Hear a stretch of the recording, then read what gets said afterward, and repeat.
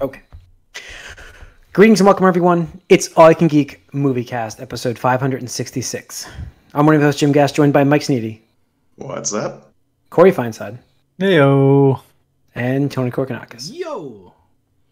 Welcome, guys. Welcome, listeners and viewers, to 566 of the Moviecast. Whew. We're streaming on Twitch. If you're watching this, guys, hit the subscribe. We do it live. Yeah, you can see it live on Twitch. Or you can rewatch it later. We keep them on there, obviously. So embrace the technology. How old of a reference is that by now? That's an old reference. Now. That's a super old reference. I don't think most people will. Yeah, understand it. Most people yourself. We've all died out. Yeah. Okay. Let me get some tabs open here so I can actually get you guys some news too. Yeah. So welcome to 566. We are going to be doing a bonus round tonight. So look for that for the Squid Game, the whole season. There'll just be the three of us. Mike, unfortunately, did not watch that, which you should watch that, Mike. It's really good. I don't see it happening. Yeah, I know, but it's not really your normal stuff. But I don't know. Anyways, guys, let's get into the box office real quick, which was looking. Where's my weekends? Here we go. Yeah, 56 million. That's about what I expected, honestly. But so yeah, well under expectations. Reserved expectations. I thought the expectations were only like 60 something though. I mean, it's under. I don't know if it's well under. I think it was supposed to be 75. They were actually hoping for 100. Oof. Did they adjust these expectations based on how the last two non-simultaneously streaming movies released, or? From what my understanding was, they were tempered for a little while, like low 60s, like you said, and then the Venom thing happened, and I think they boosted it. They thought they'd get some of that Venom crowd or Venom people that were willing to go to theaters now, and it did not. And I was looking at the numbers, and it skews the audience so much older that it's like it's no real surprise. And that's always been my kind of criticism of Bond since 2000 is like it skews to the older audience. Like just I don't know. I mean, I guess if that's what you want to do. It's not Bond though anymore either, too. And it's like in between, like trying to be like Mission Impossible, which I find to be a very good spy like franchise now, and not what Bond used to be, which it's like it's trying to be both, but it's one of those things where it's trying to be too many things for too many people, and it's not good for the people that are interested in it. I felt that since the beginning of Craig's run. Like every movie that I've seen with him in it has that whole conflict of still trying to include the Bond stuff, but then also fighting against it and being like, no, we're more like Jason Bourne now. Right. Yeah, I mean, I think the thing is what Corey has said, both crowds are tired of the movie at this point. Like, that's the problem. Like, it's no longer drawing in that excitement crowd, and it's no longer drawing in the Bond fans. And so I didn't go see it. I'm not going to go see it. I'm not planning on seeing this one in the theaters at all. Like, I'll see Venom. I do want to see that, but I have no intention to see. I will see No Time to Die, but that'll be when it comes out digitally. I saw two of them so far of Craig's Bonds, and Skyfall was okay. Casino Royale, I think, is way overrated. People love that movie. I think it's way. I think that movie's fantastic. I love that movie. Nothing happens. I'm one of those. I'm one of those. I'm a big Ava Green fan, so I'll give it thumbs up for that. It's going to be interesting because I know we've talked about it since the pandemic started, but now when you look at this result, and to be fair, it is doing well internationally. And it's not a terrible. It's not like this is they're losing so much money now. No. Yeah. Although, I don't know. They actually lost by now. Yeah, I don't think it's going to be a financial disaster. It'll probably make them money. But the thing is, I have to wonder for the next Bond movie, whatever they choose to do with it, do they have to scale it back now? Because again, we're used to these movies now costing upwards of $100 million, bare minimum, and that's before marketing and stuff like that. So it's like, with results like these, it's not, quote unquote, like guaranteed success. Not that any movie had guaranteed success, but again, it was pretty formulaic. Like, we project making this much return on this much investment, where it's like, you look at stuff like this and you'd be like, all right, well, when is the box office going to go back to normal? We have no idea. And all the movies that are being made right now, I think, have to go through those hurdles where it's like they got to ask themselves those questions. Because honestly, outside of outside of like the Marvel stuff or like, you know, the DC stuff, like I don't see anything being a surefire like, yeah, this is going to make money anymore. Well, I mean, that's kind of the problem with any action movie that's not a superhero movie at this point. They've almost all, except for maybe John Wick and Fast and Furious, being the notable exceptions, and those are long anthology. Yeah. Well, not John Wick yet, but you know, still, it's like a universe building again series. There's not a whole lot of room, or maybe people don't want to take the risk, like you said, because action movies are pretty expensive, and they've all been superheroes lately, and those are the ones that sort of are more conservative, really. At this point, you expect a certain fan base to just go because, like, oh, it's a Marvel movie, or oh, it's even less consistently, oh, it's a DC movie. So, and you know, what I think we're going to start seeing, and there was a quote actually, who was being interviewed. It was one of those. Somebody was just again asked that stupid question about like, or Marvel movie cinema or whatever crap like that, and they gave a really good answer where they said people are asking the wrong questions here. It's not necessarily like the death of cinema. It's just that going along with what I'm saying is like the movies are so big budget that you don't have those B budget movies anymore. Where it's like, you know, you could come out with an action movie in the 90s. You didn't have to be great. You didn't have to have like special production, special huge CGI set pieces, you know, circa like Mission Impossible, Transformers, that kind of stuff. You should be a solid action flick with, you know, Bacon. Yeah, exactly, stuff like that, and be successful. You can't have that now, or at least those things are few and far between. Like, you know, John Wick, I would say. Well, all those things are on a streaming service. Exactly, and they are. That's exactly what he said. He's like, you're just having these, you know, equivalent to what I would say gaming AAA blockbuster movies, like the Marvels, the DCs, stuff like that. Anything else that isn't just going to streaming, Netflix, you know, Hulu. I mean, look at what that Paramount Plus, Peppermint movie, Protege, like those are just pretty much straight to streaming. So. Yeah. I also do think the other issue with this movie, back to No Time to Die, as an individual movie, is we've heard about this movie for so long, and people are already like tired of it before it came out. Yeah. Because it got delayed by at least, it felt like 2 years. It might have been 2 years. I'm not sure, but close to that. This movie is old already, and it's out now. So I think that also hurt it.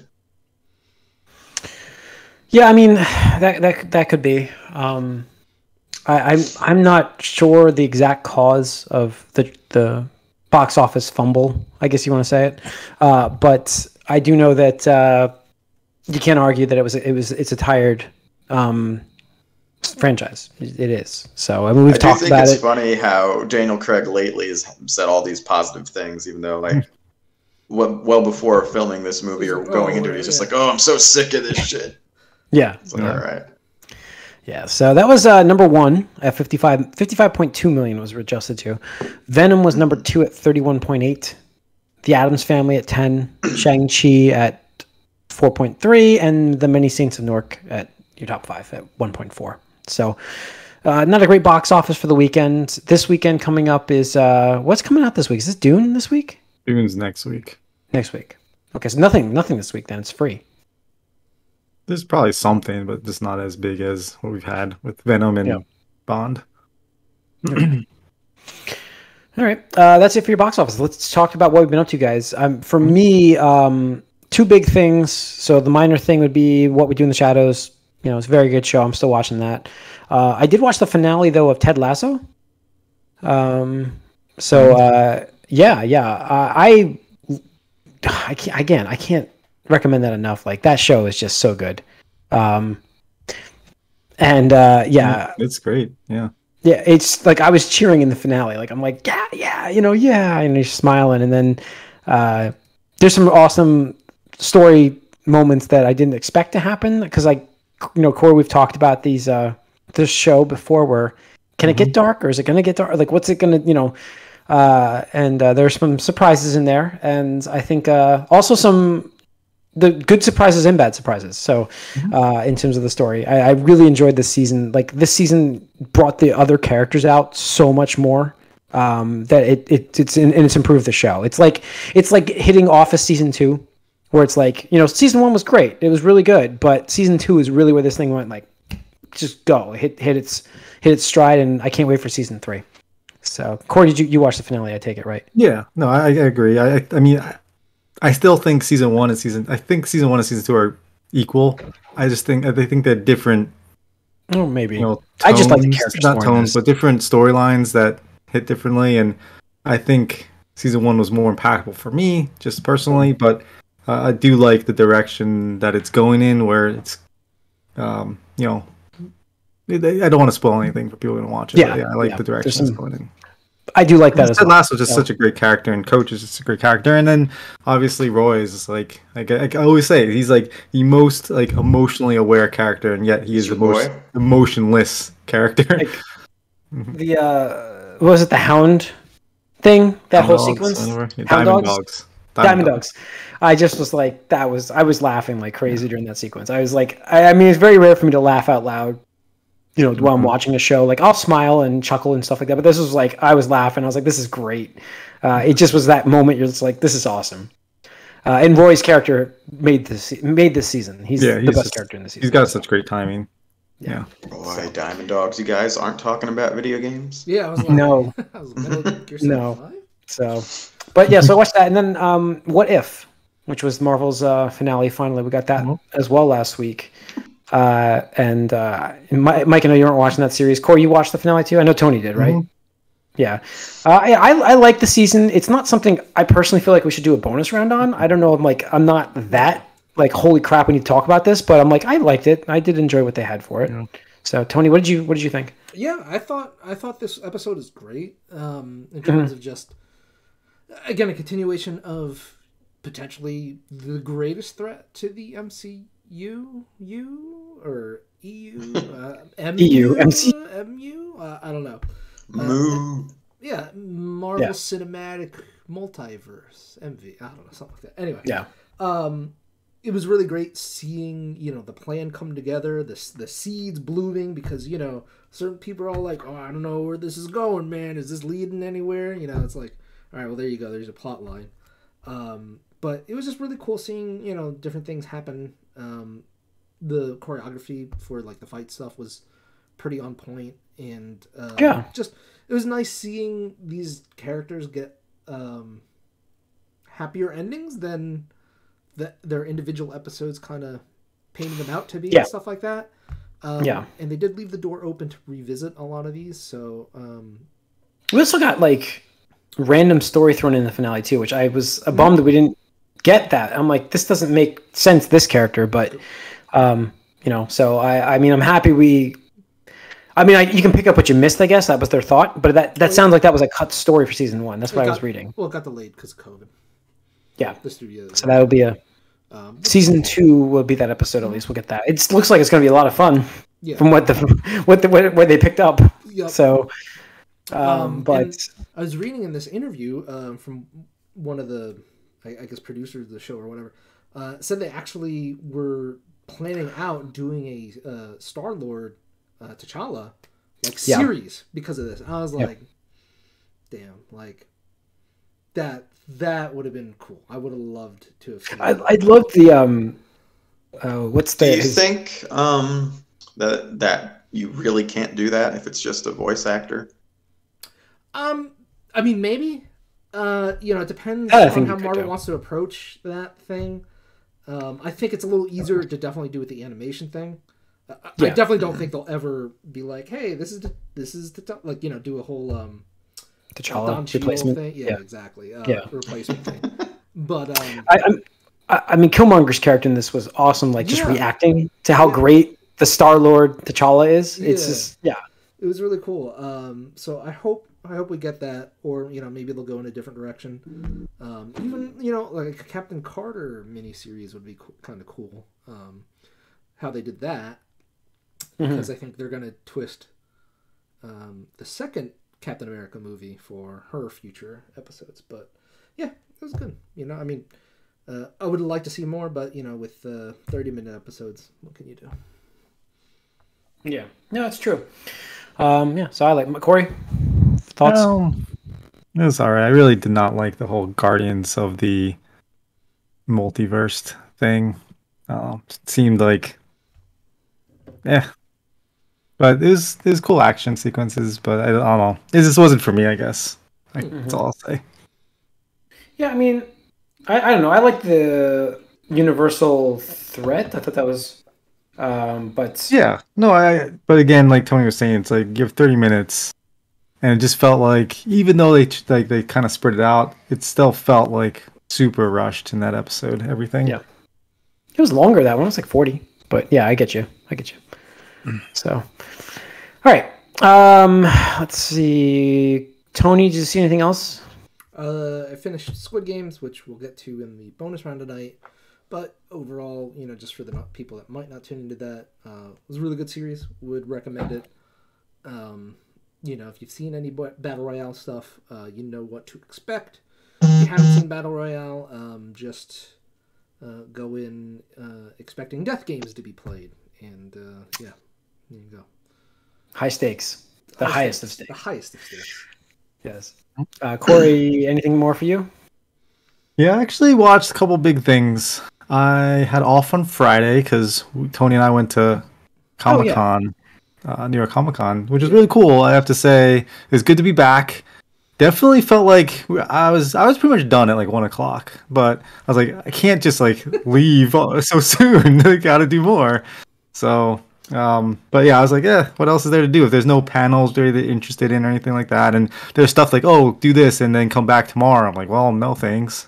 I'm not coming back tomorrow. Yeah, so Corey and I went for just Thursday. Just because we're like, well, let's just test out, because Thursday's always nice to go in and get your feet wet, get the feel of the land, the layout, and stuff like that, and get those exclusives because you're not having to fight the Friday or Saturday crowds, which are the worst. And Sunday you run the risk of them not holding any back. Yep. And we didn't know how things were going to feel. And Saturday, if it was packed, that would have made me a little uncomfy. Thankfully, shout out to Repop for doing vaccine requirements, mask mandates, and stuff like that, which I saw 99.9% of people adhering to. So shout out to there are definitely a few people that weren't, but for the majority, I definitely felt fine walking around and not having a problem being next to people. And like we all had these wristbands that showed like you had to prove you were vaccinated, so it was good. But like I said, I had off on Friday because of that, and I actually did go see Venom at 12:00, and there was like 2 people, including me, in the theater. So it was good. Not the movie, but the experience. Yeah. I will say this movie is a whole big pile of horse shit. And wow. Don't recommend it. Jim, I can see wow.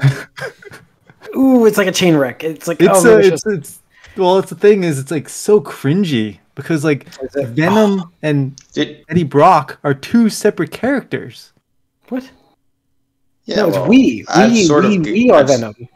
Yeah, I know. Well, they've always said that, so we implies more than one. But right, but I sort of got that sense from the trailers where they're talking, and then that's what I was afraid of. And they lean in hard on that, and like you kind of get the feeling of that's the direction they're going in from the first one. But this is just it is all just it's really the 2 characters, Venom and Eddie Brock, and that's their movie. It's the 2 of them trying to figure things out, and then there's parallels with their relationship essentially. And it's so bad. It's just so bad, cringy, and I was just watching. I was just looking at my phone. Wonder Woman, bad. Wonder Woman 84. Wonder Woman 84. That was probably worse. Still, that's definitely worse. I'm trying to find your level of where the level of bad is. Where are you putting this? I mean, yes. In any case, I will say though, the after credit sequence is a very important sequence for the Sony franchise. Cool. I've heard that there's some cool stuff. If no one's been spoiled on it, I wouldn't I would just look that up if you're not going to plan on it because you want to see this after credit sequence. Yeah, I think what I'd like to do is now I'm not going to go see this in the theaters.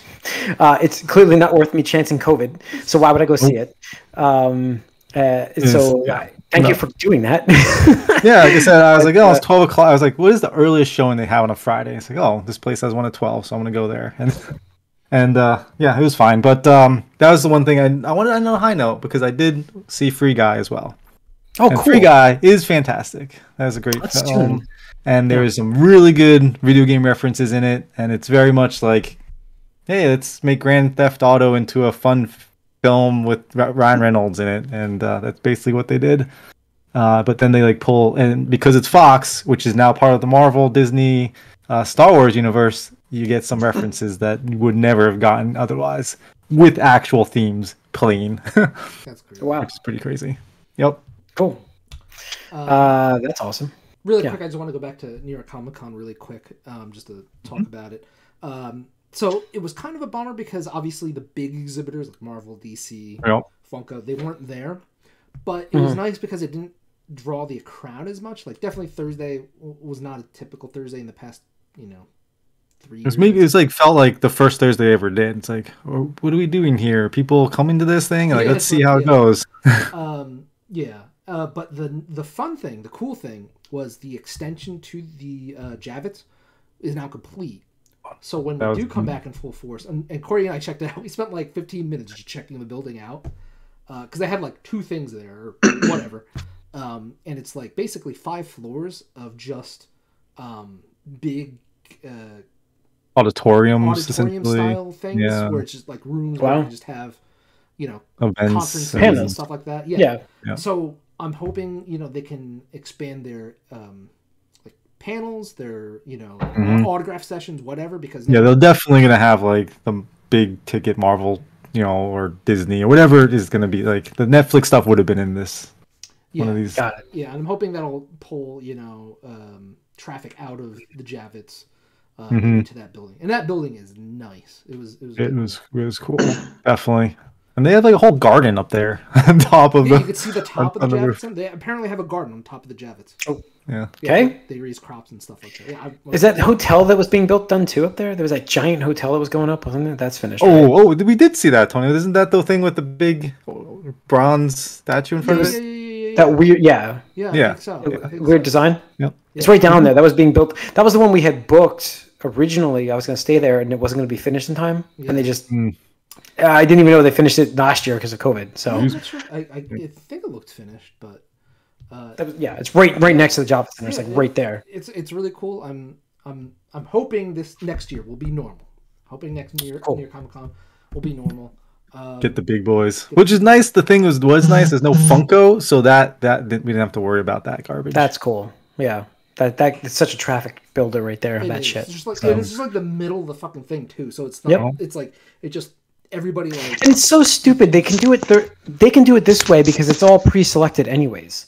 So it's like they can do it this way. The thing was, they did have the Funko, some of the exclusive Funkos, but they sold them at the official Reed Pop store, which they did put. They had 2 of them, and one of them they put in the corner, and that's the one where the Funkos were. And that was just like that's like where Toy Tokyo was when we got the Green Rangers Funko. It was just wrapped around a couple times the line, so everybody's just out in the corner back there. So it was good. Yeah. All right, Mike, what have you been watching? So the only thing I watched was I think it's penultimate.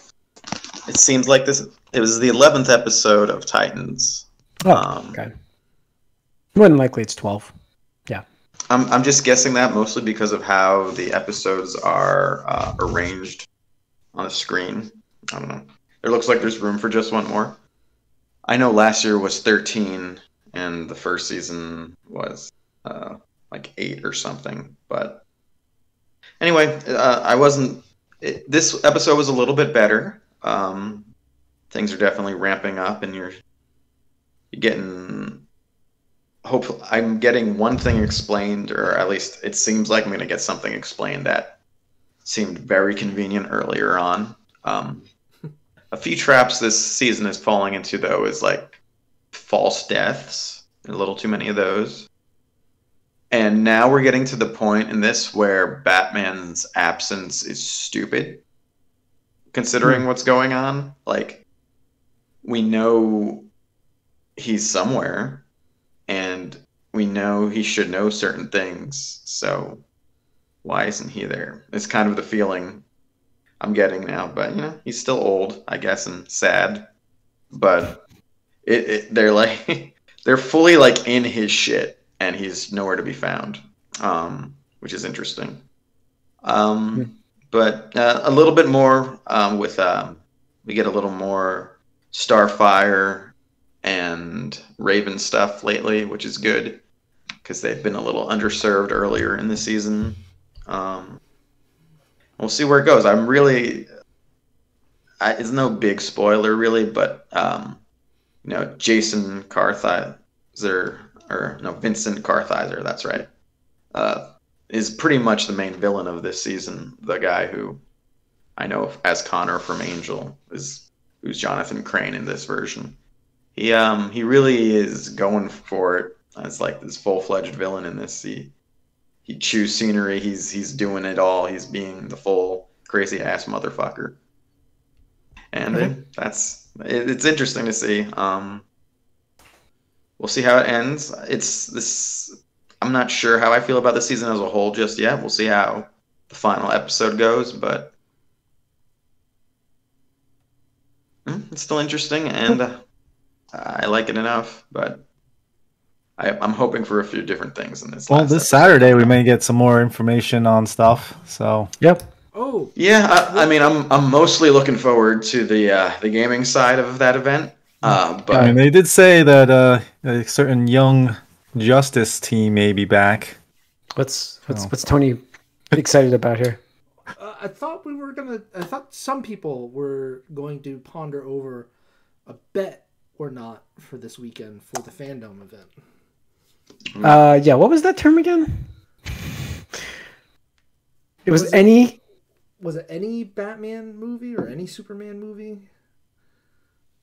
Henry Cavill showing up. No, it was the neck down appearance. Yeah. And I can't make that bet. Henry Cavill will not. I think we already know every movie that's going to be referenced. They pretty much said we're going to get The Flash. We're going to get Shazam. Too. How do you have? There's no way they're not going to announce new stuff though. Yeah, they have to. Know. Something new. I mean, did they do that? Did they do that last year, movie or TV wise? Well, they showed Batman, the Batman, but was that the first time we heard of it? I don't know about. Let's see. We are 100% getting a trailer for the Batman again here because we're getting Legos now released about what they look like, and I mean, it's like we're going to see a ton of the Batman, I'm sure, this weekend. Cool. So exciting. Yeah, I think that should be headlining the movie side of their event. Yeah. I hope so. Yeah. So, all right, we'll see. All right. In the news, we've got. Let's see. Going to the oldest here first. News that I like and should have been done years ago after the Dreamcast has flopped and failed, and the fact that we never thought we'd ever get more sequels. Shenmue is becoming an anime finally, and it's honestly where I would love to play the game. Don't get me wrong. But I'm happy if they can tell the story through the anime. I'm good with it. It's like I'm connected. You really did to that not story. like Shenmue 3, right? I know. No, I couldn't get into it. Yeah. No, I have it. I still have it. It's here. No, I never beat it. I played like the first couple hours of it, and that's it. I never played through it. I still have it. Like I said, I have it right here. I funded it. But yeah, I never got into it, and I'm happy to. I don't know. I'm ready to because you know what it was. It was like so what was antiquated. Wrong with it? It was so antiquated, like just the system, the repetition of the quests, the way you have to talk to the people. Like I'm just like they didn't. It's like playing the Dreamcast version of the original game. Like I'm just like it's the same game, and I'm like it's been it's been 20 some odd years. I'm ready for it, like updated a little bit, man. I mean, come on. Okay. So I'm happy to see an anime being produced finally, coming to Netflix, I believe, and to tell that story. Like I'm looking forward to that. So that's just me. Let's see. We've got Agatha. Yep, an Agatha Harkness series is being developed on Disney Plus right now. The spinoff to WandaVision. So we said we weren't going to get another WandaVision series. We knew that, but we are going to get. It looks like Agatha, which was a very popular character. I don't know. I don't know what this would be about. I mean, I didn't know what the other series would be about, to be honest with you. What If, or any of them. Prequel. So it seems like it runs the risk of too much of a good thing to me. Pretty cool, like Tony said. Maybe. I think she was a good supporting character. I don't know how that's going to carry a whole series, but we'll see. We'll see. Resident Evil Welcome to Raccoon City's trailer was released last week. A bunch of trailers came out, but that's one of my posts on here, and I was not impressed, and I'm the kind of person who wanted to be impressed. Like, I want to see this. The international trailer may be slightly better, but I'm not. Don't sell me on that shit. It's still the base of the movie is still there. I've seen it in your preview. The special effects don't look great at all, and I feel like people are cosplaying characters in the show. No offense to cosplayers at all. However, I feel like that's what this movie is. Like, it's just a bunch of people cosplaying. I've seen cosplayers doing better than that, though. Yes. That's the problem.